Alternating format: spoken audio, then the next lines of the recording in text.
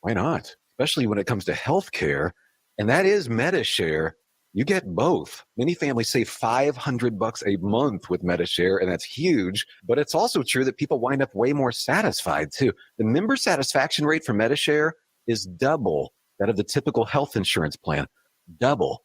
That's because MediShare works. It has for more than 30 years. It's a community of Christians who have shared more than $5 billion of each other's bills. People love having telehealth. They love the huge PPO network. So, yeah, really, you can save a ton and like it better. Imagine being happy with how you're taking care of your health care. So if you're self-employed or part of the gig economy, or you just want a plan you're happy with, you can call right now and get a price in 2 minutes.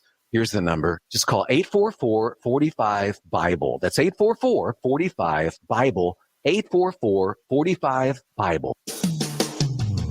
Rocket 102.5. With your updated forecast, I'm staff meteorologist Paul Trombley from the Weatherology Weather Center. Ample sunshine expected today with daytime highs approaching 95. Winds out of the south 10 to 20 miles per hour. Mainly clear skies tonight, lows level off around 67. Mainly sunny skies tomorrow, highs level off around 96. Dry with temperatures well above average Sunday and Monday and highs near 100. Taking a look at the extended forecast, 106 Tuesday, 106 Wednesday, and 101 on Thursday. Another look at the short range. Highs reach 95 today, low of 67 tonight. We should top off around 96 tomorrow. Get up to the minute weather updates from the Weatherology Weather Center. I'm staff meteorologist Paul Trombley on this NWKS radio station. Right now, it's 67 degrees. At Next Tech Wireless, you are in the driver's seat. With all the latest devices, the choice is yours. You pick between 18, 24, or 36-month terms and get your device on us. Next Tech Wireless, home on the range. It's time for the Logan County Fair, and the Farmers State Bank of Oakley is proud to be involved in many of the events. Look for us clerking the 4-H food and livestock auctions, operating a ride at the Home-Owned Carnival, and participating in the parade. Remember to support our local 4-H members by viewing their projects at the fairgrounds, and be sure to arrive early at the carnival each night to take advantage of discounted wristbands sponsored by the Farmers State Bank of Oakley. A tradition of community since 1907.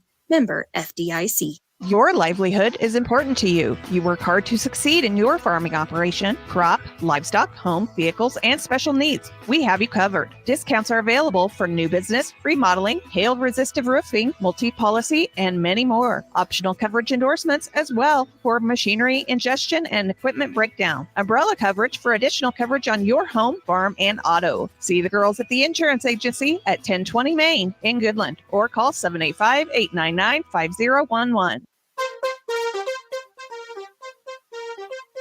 Welcome to the Maverick Half Minute. Are you ready to start your future at Northwest Tech? See yourself as a carpenter, mechanic, electrician, someone in the medical field, or maybe someone else? To see all of our programs we offer and apply today, visit nwktc.edu or call 785-890-3641.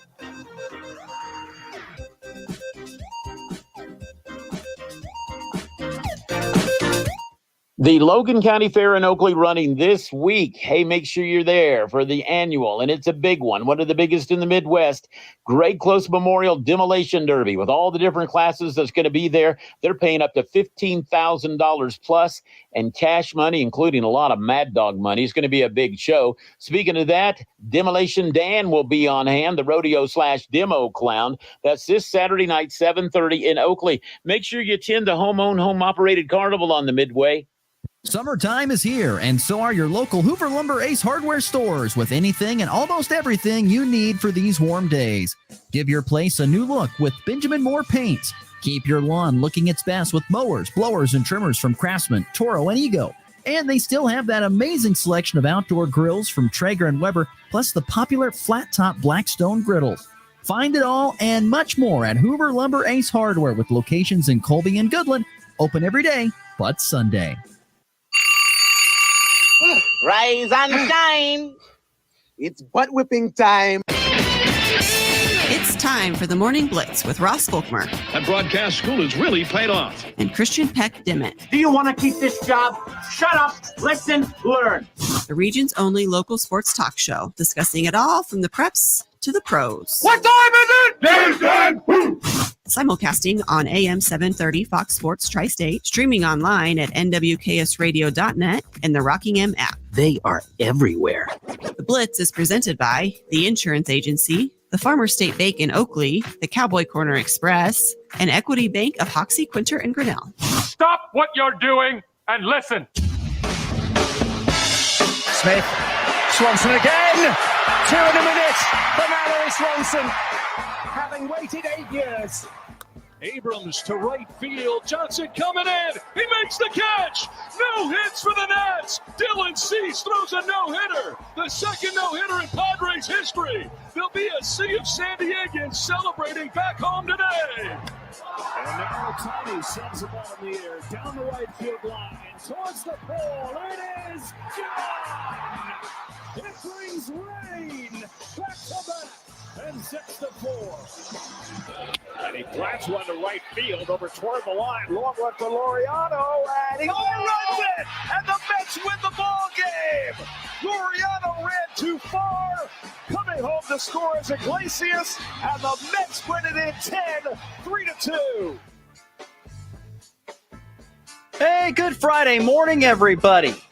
Welcome back inside the Morning Blitz. Broadcasting on Goodland's Rocket 102.5, AM 730 Fox Sports Tri-State. Also, of course, on Twitter, Facebook, and YouTube through the Hurl Chevrolet GMC video stream. Glad you're joining us, no matter which way you're doing so, on a beautiful Friday morning. Upper 60s outside, on our way to a high in the low 90s today here on this Friday, and some steamy temperatures coming up next week. As well as, it's Fair Week, so what else would you expect, right? It needs to be hot so you can get a nice glisten while you're out there checking out all the fair events. So it's, 4 straight days in the triple digits next week? Oh, it's going to be it's going to be fun. Let's see, what days are those again? To warm that be I believe Monday? That's, Sunday, Monday, Tuesday, Wednesday, yep. Exactly. So, and it gets worse or better depending on how you look at it. It gets hotter as those days go on. So Tuesday and Wednesday, the last 2 days of that 4-day streak, are up in the 103, 104 type of range. So all joking aside, make sure to, bring some sunscreen and water, stay hydrated, bring a hat, bring whatever. Just stay safe. Don't be stupid out in the blazing heat. Don't be stupid. I just like you said, don't be a stupid. Don't be a stupid. Well, don't be a stupid person. How about that? That'll be fine. Christian and I will actually be at the Thomas County Fair next Wednesday doing what we usually do, slicing up that watermelon. Were you part of that last year? I was not. I came just afterwards. Just afterwards, he made his way. So watermelon affair. We're about ready to celebrate a year for you out here on the High Plains. So we're gonna have to have a little bit of a celebration on that. Do watermelon crawl. Christian's Power 5 of being in Western Kansas. I've thought about that as top 5 moments. I need to make a list of things. That honestly would be great. If you could work on that, we'd love to do a segment on that this summer. Talk about top 5 moments of Christian in It's not even things that are good or bad necessarily. It's just a lot of things that you guys think are normal that is like just here or just like very, very uniquely middle America that I was just not. Okay, give me one. Give me one right now. I got to know. Off the top of the head? Yes, off the top of the head. This is going to sound bad because I'm wearing jeans right now. Everybody wears jeans, and I have talked to them. Actually, what's your thoughts on the idea of everyone wearing jeans? I don't know if I totally agree. I mean, I think jeans are certainly... Spilled water. Jeans are... Don't spill your equipment. Jeans are certainly a staple. Everybody has a pair of jeans. I would agree on that. And I believe everybody at least wears a pair of jeans at some point in time throughout the year. So, yes. So I've told multiple people that everyone wears jeans. And the initial thought from multiple people that I've told had the exact same response, which was, oh, yeah, we're real casual out here. because they're thinking, oh, we wear jeans where people would wear khakis or suit pants or whatever. And that's true. That's true. Is people have church jeans and people have this and different levels of jeans the same way they have different levels of boots. But I was more thinking people wear jeans the other way, the other end of the spectrum, casually. If you're going out to the bar, just hanging out, doing whatever, you're not wearing sweatpants or shorts, you're wearing jeans. So what would you consider normal? Is it shorts? Is it what do you consider? I'm a big shorts guy. I have a wide people array wear of shorts. sweatpants. Yeah, I know. See, not people really. out here don't love to show their legs. I don't know why that is. I don't know if it's because, which I've never seen one since. Like I've I been out said, here, I'm not saying it's a bad or a good No, thing. we're I'm not just saying saying that it's at things all. that are different. That's fine. That's what's fascinating about bringing. I'm an outsider. At least I was. I mean, not as far as you. I mean, I'm from the Midwest. So people have the jeans I'm thing. from the Midwest. This is not the Midwest. The very east mid. Yeah, sorry. Well, I'm from the central part of the United States. I'm going to put that on. I'm in the central part of the We U.S. did a poll actually yesterday. We asked people throughout the show, do you watch the NBA? Very interesting results, but I'd love to start a poll right now. Today. Here we go. F&B, yeah, we need to do a poll today. F&B Bank text line. Let us know what you're thinking, how you're feeling. 785-899-2222. Do you live in the Midwest? Do you feel that you live in the Midwest? 785-899-2222. I know where I think I live out here, but I've heard very mixed results from lifers out here, whether they feel they live in the Midwest or not. 785-899-2222. Do you live in the Midwest? I think in a general sort, yes, it's the Midwest. More particularly, it's the High Plains. I've heard that before. Yeah. I don't know. I guess I don't know. Middle America, whatever you would call it. So, anyway, yeah, there you go. A fun little fun start to a fun Friday. Fun start to a fun Friday where we will have 3 up, 3 down today. Look forward to that. And I've got some great questions ahead for Christian on 3 up, 3 down. I can't wait for that. Rockies and Royals, and also talk of a no-hitter in our third and final segment as we get to the walk-off or close to that point. But I want to open up the show today with a conversation that Christian contributed yesterday with a thought that he had, and I found it was an interesting topic, and so we will bring it to the table, talking about quarterbacks in today's NFL. And, we were talking about Bo Nix of the Denver Broncos is one of those, and there's going to be a lot of these guys this year, whether it's Jaden Daniels at Washington or Caleb Williams in Chicago, Drake May in New England. Let's see if I can name another one here. There's a lot. Get there. Michael Pratt. Could be Michael Pratt in Minnesota because apparently he's getting more first-team reps than J.J. McCarthy. Who's surprised? Woo-hoo! Who's surprised? Anybody? Not me. But anyway. Yes, come on. That's crazy. That's crazy. Michael Pratt was he was a really good quarterback at Tulane. I thought he was really good. I'm not going to be surprised, like I said, if he's playing in the NFL someday as a full-time starter. Anyway, but those are all rookie quarterbacks, and of course, J.J. McCarthy in there as well. The guys that could be possibly starting as a rookie. And so Christian yesterday, just in the ethos of our conversation, came up with the question of, are rookie quarterbacks judged too quickly? And do people expect too much from a rookie quarterback? Kind of a combination of the two. So where do you want to start with this? I'll let you get us rolling here. I definitely have some thoughts on this, but I'm curious what you think. Once again, talking rookie quarterbacks here on the Morning Blitz on a Friday. And of course, the FB Bank text line is open all show. Get your thoughts and comments in at 785-899-2222. It's sort of an interesting topic that I think we do a decent job of anytime we get to the end of a segment and go, well, we got to get to a break, but we could spend a whole segment on X or Y.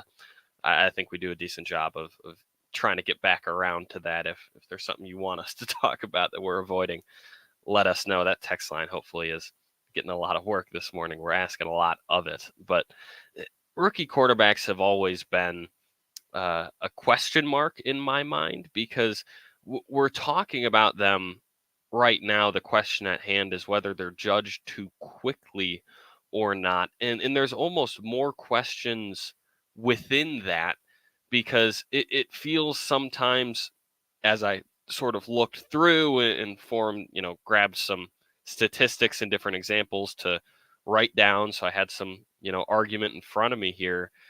It sort of came to mind that not only are rookie quarterbacks, A, sometimes judged too quickly, but B, it seems to happen far more outside of the organization than maybe it does within. It feels like a lot of times it's fans and it's national media pointing fingers and being very quick to make snap judgments. And hey, we're a daily talk show. We got to find things to talk about every day. Imagine how much more so that's true of the ESPNs and the NBCs and these people with 24/7 news coverage that just have to spew. ESPN's the worst at this. Just have to spew crap to fill time. They'll make a storyline out of everything. It's just the nature of 24/7 news. It's the same in politics and anything else you want to find. People have to make storylines and have to get narratives out there. And I think because of that, you get snap judgments on people. I remember when Cade Cunningham in the NBA was called the worst rookie ever because he shot like 0 of 8 in his first regular season game.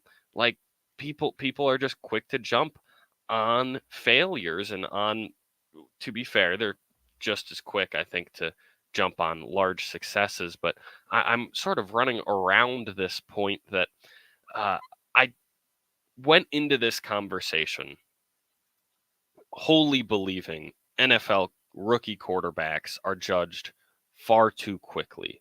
The more I looked into it, I think there's a little bit of gray area where you go both ways. The most recent example here to fit my initial argument, Bryce Young, the excellent rookie out of Alabama, had a great year.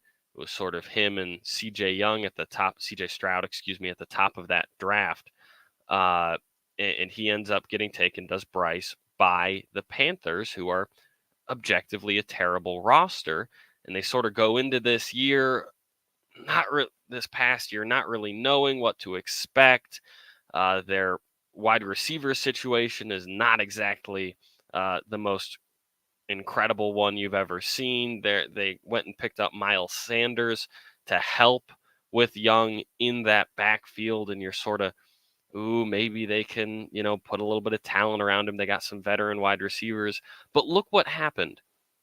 Bryce Young his head is already being called for after 1 year starting for the Panthers. There was all kinds of talk of what they were going to do in the draft this year to try to find a way. Of course, they didn't have their number 1 overall pick. They gave that up to the Bears, remember, in that trade. I think there was a lot of I know there was a lot of talk about what the Panthers were going to do with Bryce Young because of how poorly he played. But did he really play that poorly, or was it the lack of supporting cast around him? That's, I think, more the important question here. Bryce Young's stats last year, just over 2,800 yards, 11 touchdowns, 10 picks, a 59.8, so 60% completion percentage as a rookie, just for reference. Which is terrible. That's 180 yards passing per game. That's pretty darn bad. But here's the thing, and here's even a larger question of whether or not they're judged too quickly. I think it's more the expectations people have for them versus how much they attribute, whether successes or failures in rookie quarterbacks, to their supporting cast. Because Miles Sanders turned out to be an absolute dud, averaged 3.3 yards per carry. He rushed in 16 games for 430 yards last year. 430. Chuba Hubbard, excuse me. Chuba is the correct. I've heard it both ways, to be honest with you. I've heard it's Chuba. Mr. Hubbard was their leading rusher last year. That's ridiculous. His go-to target, Bryce Young's best receiver, was a geriatric Adam Thielen. Come on, he's like 40. It's ridiculous. DJ Chark was his second best option. He received 500 yards last year. Jonathan Mingo next behind that at 400. He also was sacked top 3 worst offensive lines in football. He was sacked 62 times. 62. This is a supporting cast that was terrible. Does that take blame off of Bryce Young? I think it shouldn't. But what it should do is make him tougher to judge. You shouldn't be able to just say he had a terrible year and make that statement in empty space. I think you need to judge these kids based on what they have around him. Well, once again, you were talking about how quarterbacks get judged too quickly. It can go both ways as well. Most of the time it is you stink it up in your first few years and you're considered pretty much a bust or a failure from that point going forward. There are a few examples of guys who had really good rookie years or their first year starting, and they went downhill from there. Mac Jones is one that comes to mind. Mac threw for over 3,800 yards for New England back in 2021. Completed 68% of his passes. Guess what? He doesn't even play for New England anymore. He's now a backup in Jacksonville. So there are examples of guys that were pretty solid as rookies, and it didn't result in much after that. They're much fewer and far between than the guys, of course, who stink it up from the beginning and whatever. But my biggest point on this. So the question, once again, the question that started this whole conversation this morning was: are rookie quarterbacks judged too quickly, and do they expect too much out of them as rookie quarterbacks?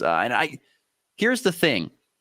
And here's the other thing too. Think about it. In all the years of NFL draft, all the analytics, all the stats, all that stuff, to still have busts, and particular at the most important position in all of sports, the quarterback in football. Isn't it amazing that we still have busts? It's amazing that people haven't figured out a formula that says, well, that's not going to add up. Then you're going to be a bust. It's amazing. Beauty is in the eye of the beholder. If you see something that you love, you're going to go after it because that's what you love. It may result in wins. It may not result in anything. To me, the biggest thing that it comes down to, in my opinion, is fit. And that's a very broad thing. It's a fit. How does your quarterback fit into this system?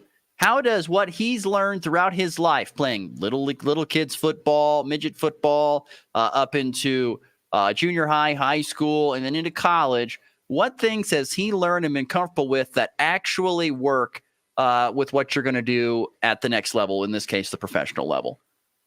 I've always say, when you're trying to put a square peg in a round hole, it's probably not going to work. And that used to be a much bigger deal back in the day when we talked about yesterday how the college offenses and pro offenses were very different, whereas now they've kind of morphed together a little bit in the NFL. So that's why you're seeing more rookie quarterbacks get more run and play early on in their careers than what we used to remember having to see a guy sit for a couple of years and then come along.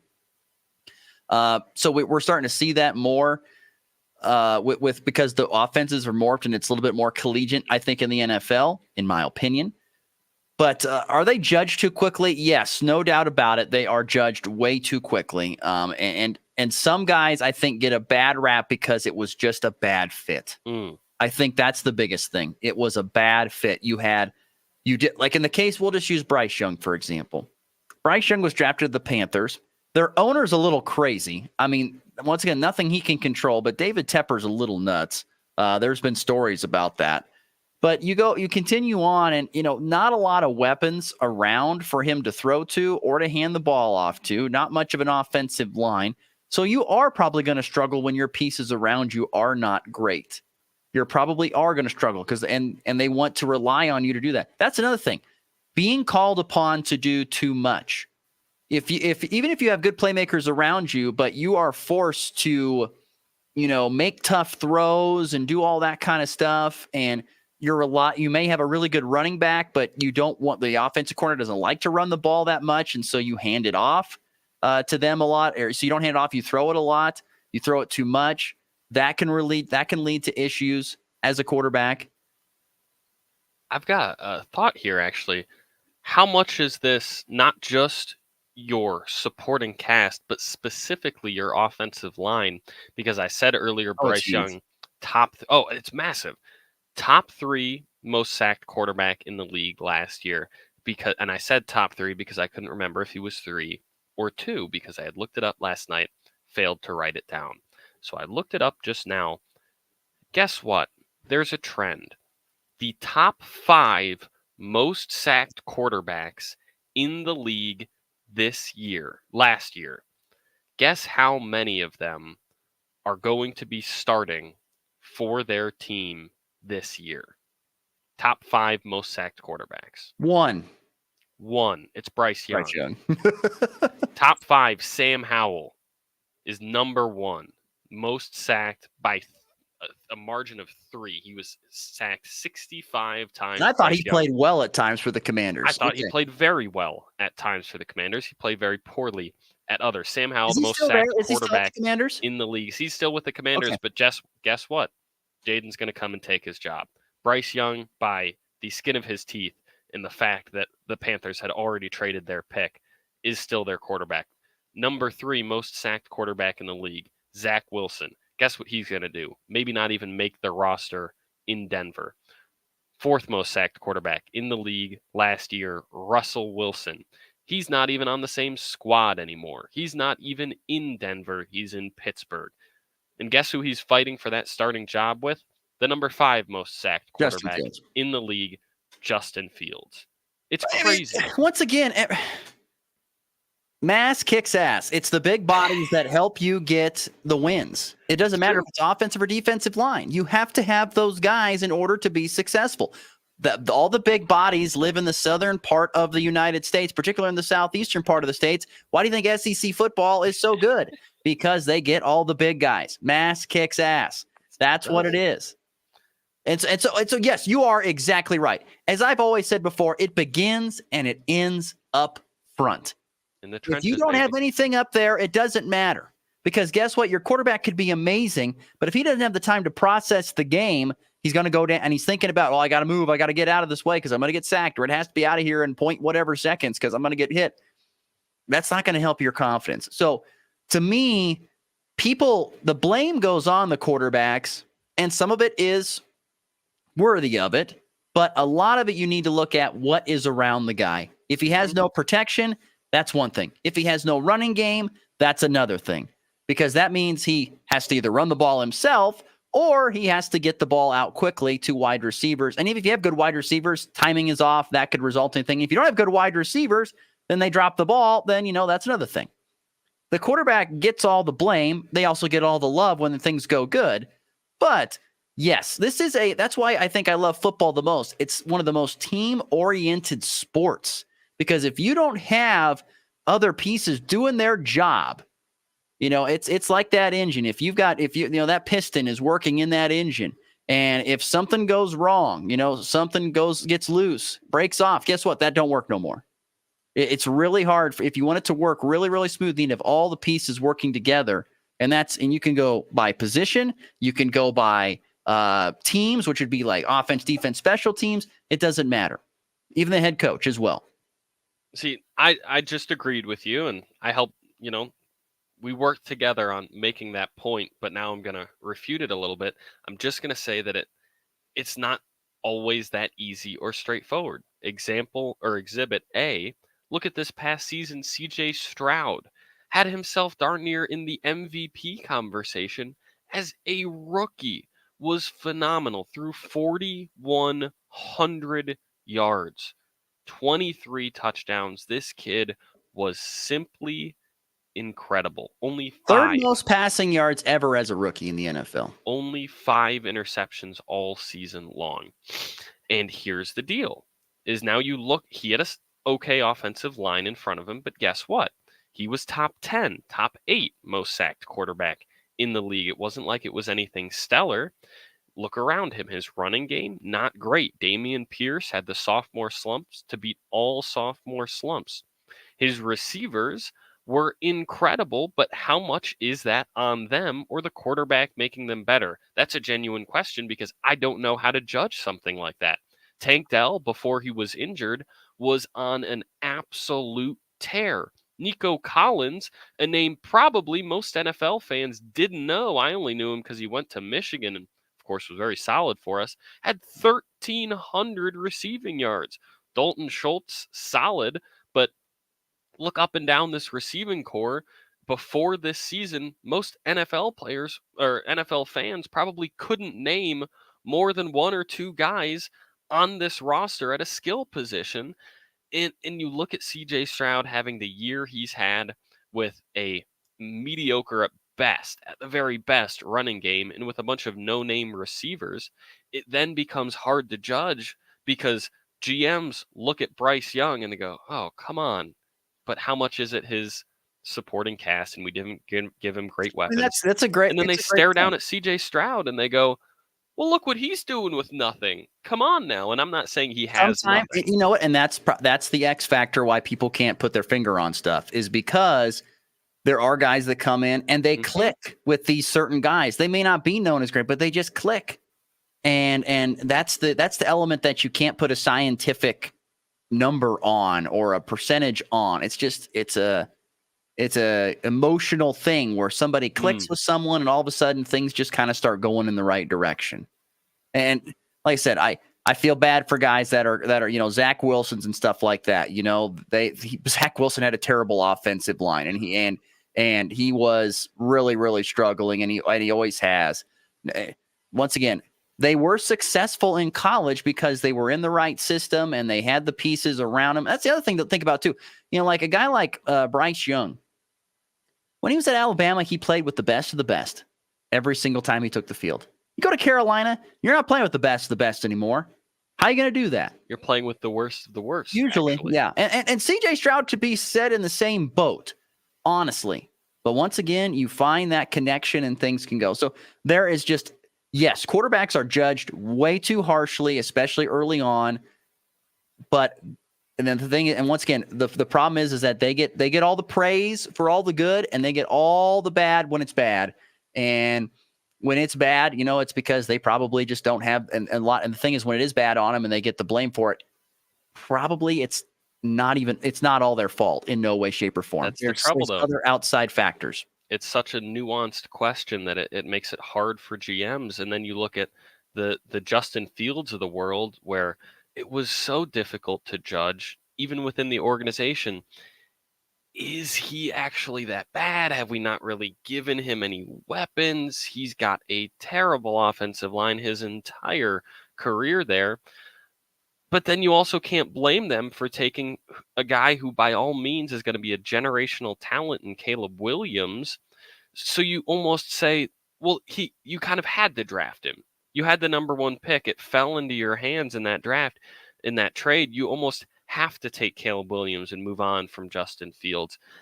And does that bring up a larger point that, again, we could spend a whole new segment on, that there's just a far too large sample size of elite quarterbacks coming in, being churned out in the draft seemingly almost every other year, that it just doesn't make sense or isn't worth it for teams and organizations to give quarterbacks the necessary time to develop. There's another factor too, where, hey, you had that first pick and you could have taken this guy, but you didn't, and you still have a bad quarterback.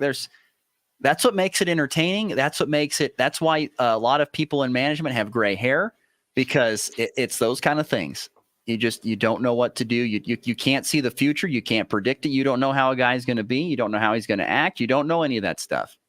And there are hundreds and thousands of factors every time a guy goes into a locker room or in his own personal life or what's in his own head that can lead to that. And you're just hoping as a GM or an owner or a team that the stars align and you get yourself a quarterback. And some franchises do it way better than others. The Packers seem to have a science figured out. They've had 3 really good quarterbacks in a row right now. And there's some teams like the Bears and the Browns who cannot figure it out. And once again, those are both northern teams. So it's like I said, it really is it's a fascinating storyline and something to talk about. But yes, no doubt about it. The original question there, judged way too harshly. But the problem is that a lot of the things they really just can't control. They just can't. It's out of their control. It's not a question easily answered. No. All right, let's get to a break. When we come back, it's 3 up, 3 down on a fun Friday next here on the Morning Blitz. If you're shopping for a banking institution, visit with Equity Bank of Hoxie, Grinnell, and Quinter, Kansas. The Equity Bank is heavily invested in local business and activities contributing in many ways back to their community. Their employees are involved with many organizations and area events. Plus, a lot of experience comes with that staff. You'll find valuable local assistance when you bank at the Equity Bank of Hoxie, Grinnell, Quinter, and other locations in Western Kansas. The Equity Bank, member FDIC. One full week of the Thomas County Fair in Colby, July 29th through August 3rd. It kicks off with 2 nights of KPRA Rodeo, Monday and Tuesday nights at 7:30, Wednesday night the free barbecue, Thursday night the 4-H auction, Friday night stock car racing returns, and then Saturday night it ends with a bang with one hard-hitting demolition derby, plus 5 nights of a home-owned carnival. They're always looking for additional help there. The Thomas County Fair in Colby, July 29th through August 3rd. It's time now for news from the world of agriculture on the Kansas Farm and Ranch Radio Network.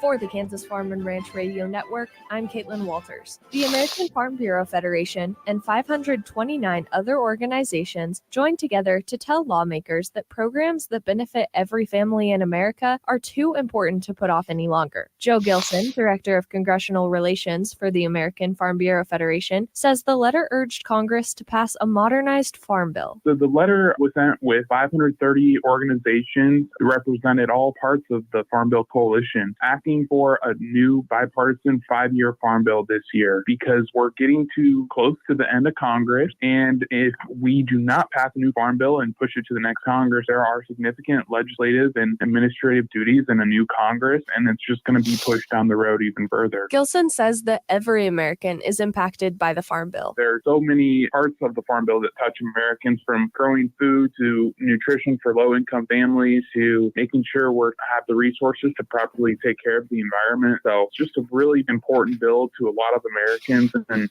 it was great to see so many organizations sign on to the letter. The fact that more than 500 groups signed on to the letter should tell Congress how important this is. Well, I think it tells Congress that there is still a need to pass a bill this year. And I know that this whole Congress, people have been telling them that. And I think we just wanted to make the point that we haven't given up yet. We still think with the right leadership, they can advance this bill and get something done. That was Joe Gilson, Director of Congressional Relations for the American Farm Bureau Federation. He says Farm Bureau members can help the process by calling their elected officials. The letter was sent to leaders in both chambers as well as leaders of the House and Senate Ag Committees. You can read the full letter at fb.org/news.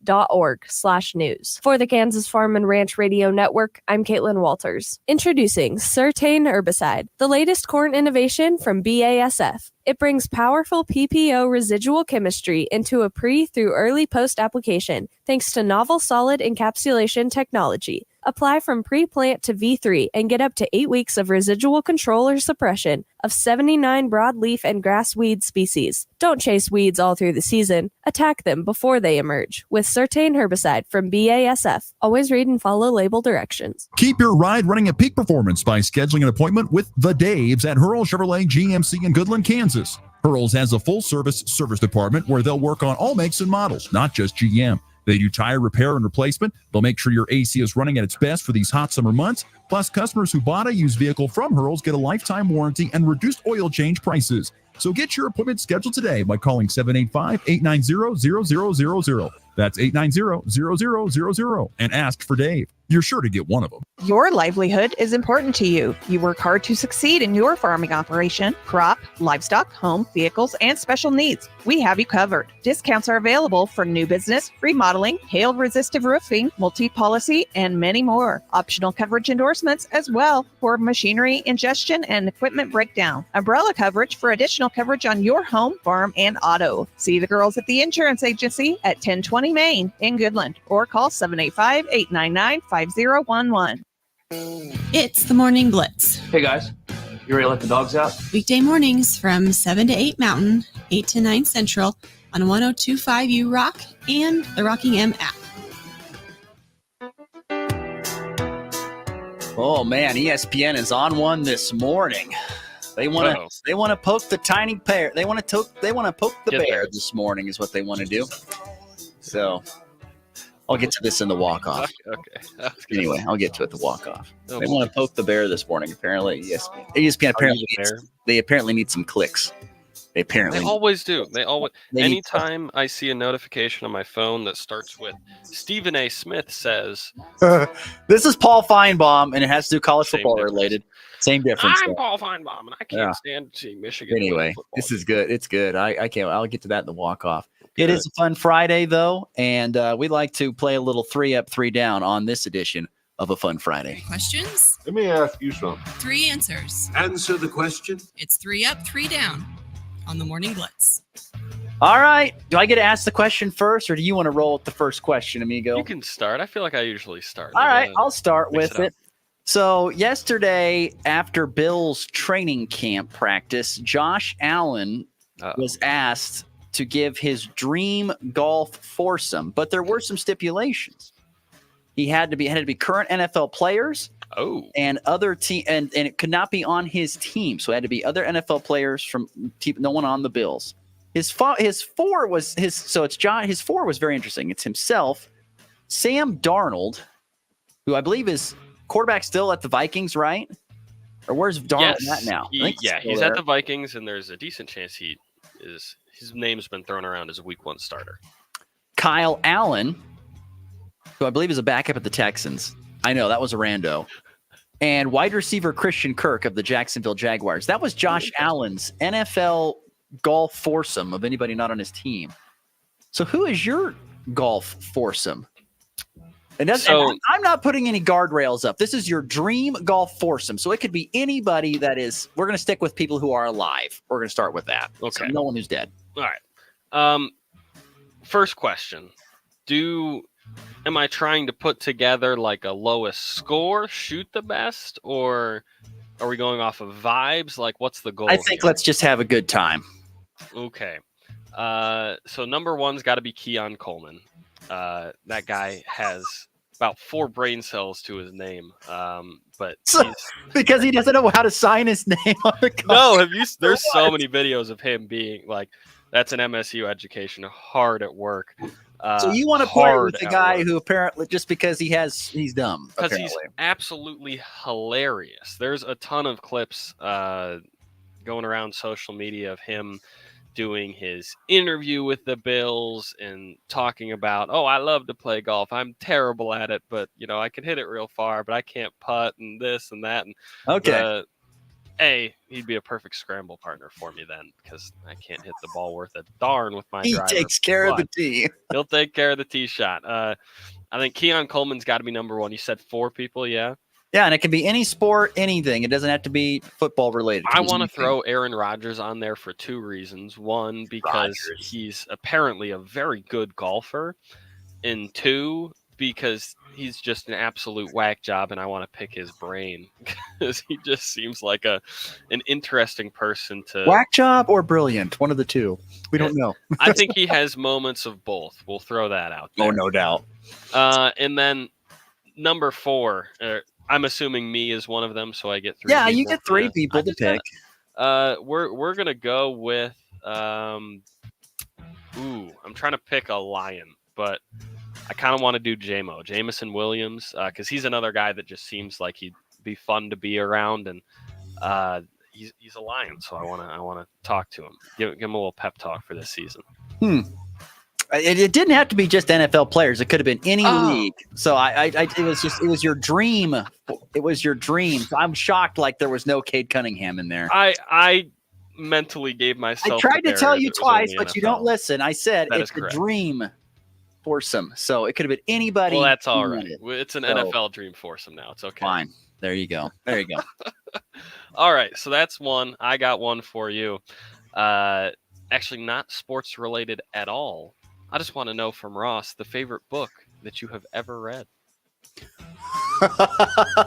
We talk so many movies. We've got movie references out the you know what, but I don't know when the last time Ross read a book is. God, the last time Ross read a book was a while ago. I figured.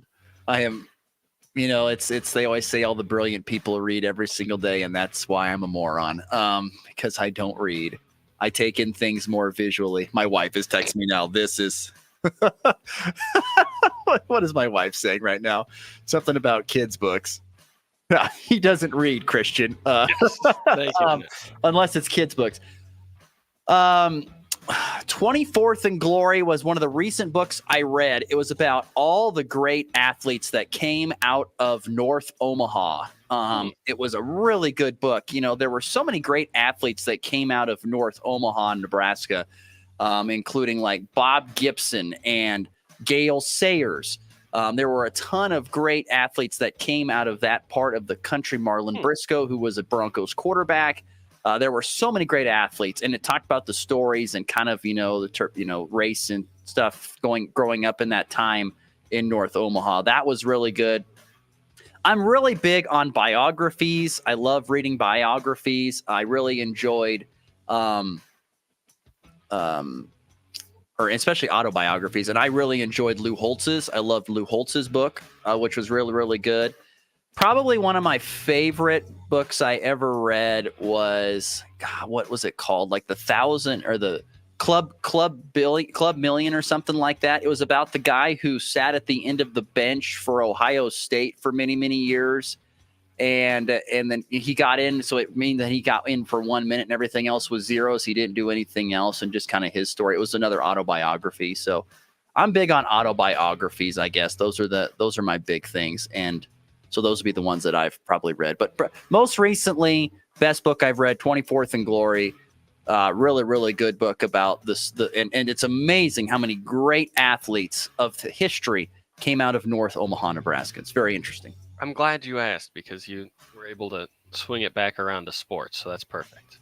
Hey, well, if I'm going to read, it's going to be probably about sports more than likely.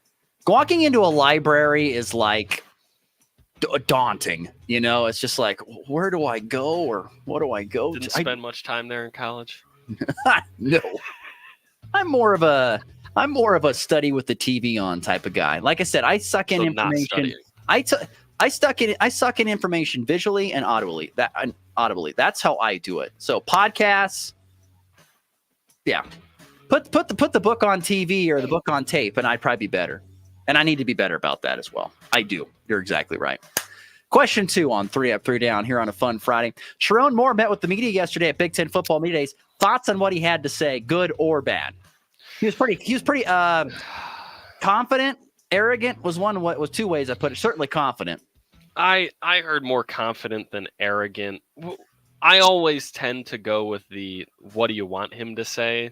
We're going to go out there and struggle to put a starting caliber quarterback under center. No.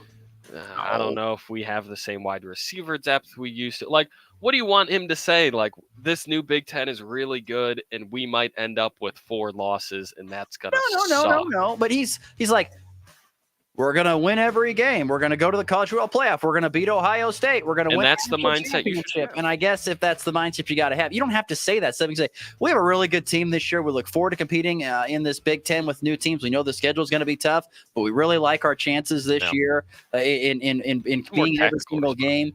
And once again, I don't have anything problem with what he said. I'm just curious what a Michigan fan thinks of Sharon Moore, Derby, Kansas native, by the way. Yeah. Oh yeah.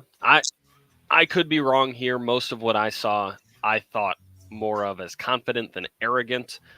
I like a guy that is willing to,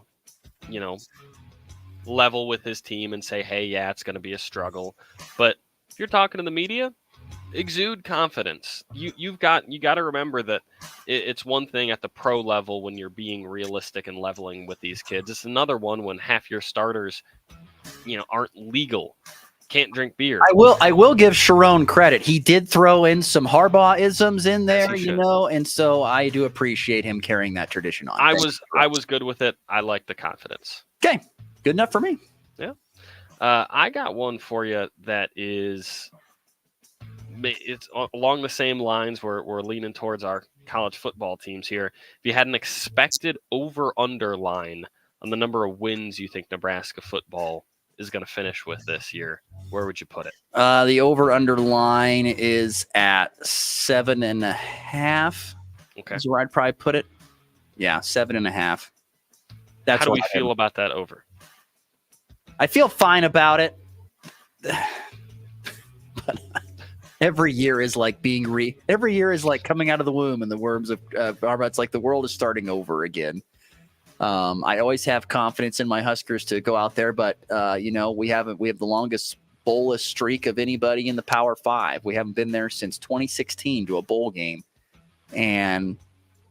but I think the schedule pans out. I think the schedule plays out great. You open up with a cupcake to an extent for the first time since 2019. So hopefully that will get you some confidence going into the Colorado game where you have that at home. And if you just don't turn the ball over, you can probably beat Colorado. And then you have a couple of other easy games to get to 4-0. And then you have 3 manageable games to open up Big Ten play where you should possibly get to 7-0 before you have a very daunting back half where you have the likes of, gosh darn it, I'm losing my mind here, but USC's in there, Ohio State's in there, Iowa's in there, Wisconsin's in there. There's some hard games to finish up the season. But you should be able to put yourself in a bowl game position, I would think, early on if you just take care of your business. But once again, predicting over-unders is got to be an extremely hard job because every year you just don't know because you don't know and especially with the portal nowadays, what teams are better than you thought they were, what teams are worse than you thought they were, who got injured, who didn't get injured, who stepped up when you didn't think they were. It's all kinds of factors. It's almost like that quarterback deal we talked about. But I would say 7.5 is the number I'd put it at. All right. Final question for you on 3 Up, 3 Down.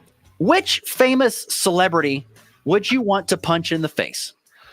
Oh, I don't want to punch anyone. Got to throw that out there to start. I wish no ill will or violence. This is going to get me put on a list somewhere for just answering this question. I'm going to go with purely off of face and nothing to do with. I want to punch Trae Young in the face. I feel like he's a dude that needs a good old punch in the face. Nothing to do with his personality. Nothing. I'm sure he's a great guy. I haven't really seen anything poor about him from the press conferences I've watched and the media appearances. I forever have had a most punchable face in the league list, and he's usually at the top. Him and Dylan Brooks just look, and again, just on looks, feels like a dude that needs just a good stinger. Like eyes start to water, we go on with our lives. Pow! Right in the kisser. That's what he needs. How old are you? Right. All right. Final question. Trae Young is the guy you want to punch in the face. Right in the kisser. I should have gone with someone who's like Ben Roethlisberger, Deshaun Watson. Now that I'm thinking about it, for someone that more deserves it. Yeah, poor use of that answer. Now that I'm thinking, you really are struggling on 3 Up, 3 Down today. Let's continue on. We're having a great time. Move on. If you couldn't be a sports broadcaster, you wake up tomorrow, every sports broadcast job in the world is gone. What are you going to do?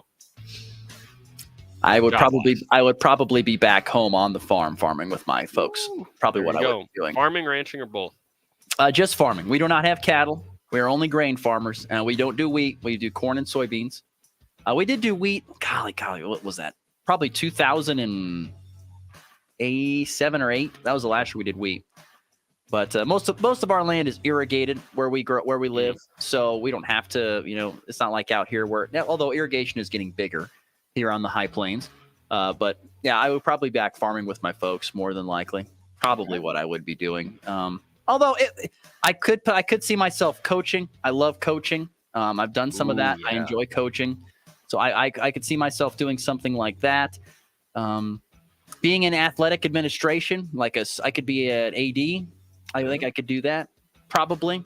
You and me have to coach a football team or a basketball team. I coached little kids football for how many years in Colby? Probably 4 years in Colby, 4 or 5 years in Colby. I enjoyed it. It was a lot of fun. So, yeah, those are probably the things I'd be doing if I wasn't here today. Good to know. No, still May. Before this, it may be over before you know. That's maybe what I'm doing when it's all said and done. There you go. 3 up, 3 down here on a Friday morning on the Morning Blitz. Good fun times right there. All right, let's get to a break. We'll come back, wrap the show with the walk-off next. Keep your ride running at peak performance by scheduling an appointment with the Daves at Hurl Chevrolet GMC in Goodland, Kansas. Hurl's has a full-service service department where they'll work on all makes and models, not just GM. They do tire repair and replacement. They'll make sure your AC is running at its best for these hot summer months. Plus, customers who bought a used vehicle from Hurl's get a lifetime warranty and reduced oil change prices. So get your appointment scheduled today by calling 785-890-0000. That's 890-0000 and ask for Dave. You're sure to get one of them. Hi, this is Stephanie Dole with F&B Bank. At F&B, we offer many different types of deposits accounts to help you achieve your financial goals. Whether it be personal checking or savings, business checking account, or a variety of CD options, we're here to help. Stop by our bank directly east at the post office in Goodland or call 785-890-2000 to begin working with me or another F&B Bank team member. F&B Bank, member FDIC. Save big money in outdoor storage solutions now at Menards. Suncast sheds are perfect for storing toys, long-handled tools, and yard equipment. These sheds feature low-maintenance construction, easy assembly, and include a 10-year warranty. Save big money on Suncast storage sheds at Menards, America's #1 home improvement retailer for customer satisfaction, according to J.D. Power. For J.D. Power 2024 award information, visit jdpower.com/awards. Save big money at Menards. In recent months, some people looking for Midwest Energy on Google have reported sponsored ads pop up with different phone numbers, connecting them to scammers. When online, always look closely at links and phone numbers before clicking or calling. Midwest Energy's only phone number is 1-800-222-3121. Any other number, and it's likely a scam. Midwest Energy, a customer-owned cooperative, making energy work for you. A three-run walk-off home run, a game-winning walk-off with a walk-off. His second walk-off hit of the season. In walk-off fashion, that baby's go. Yesterday, Dylan Cease, pitcher for the San Diego Padres, threw a no-no against the Washington Nationals. You weren't impressed, but he threw 114 pitches. But you know what was really interesting was the fact that he had like a 75-minute rain delay in between. He came back out and finished it. That was impressive. That's hard to do when you get all, how do you stay warm during that time, during that rain delay? That's 2 years ago in 2022, he was 1 out. He was. No. Yeah. In his now Luis teammate. Arise broke it out. Yeah. It's the Padres team. That's true. Crazy. Just crazy. Royals and Rockies after a day off yesterday, back on the diamond today. Royals at home hosting the Cubbies. The Rockies are on the road in San Francisco. Team they just played. Also, that's true. And won the series. We'll see if that continues. By the way, Matt Rule this morning got torched by Paul Feinbaum on Get Up because of the comments that Matt Rule made about saying that he thought the Big Ten should get 4 teams in every year. ESPN took it too far and said that that Matt Rule says that they automatically should get 4 teams in, and Rule got absolutely torched. Just want to say that was a clickbait deal there for you. That's going to get a lot of clicks. They all are. Other than Ross, no one watches daytime ESPN television, so it's just a content farm. If you ever turn on 2 p.m. ESPN, they're just farming for TikTok clips. 10 seconds. Are you watching the opening ceremonies tonight for the Olympics? Probably not. Me neither. That'll do it for Christian and me. Thanks again for listening.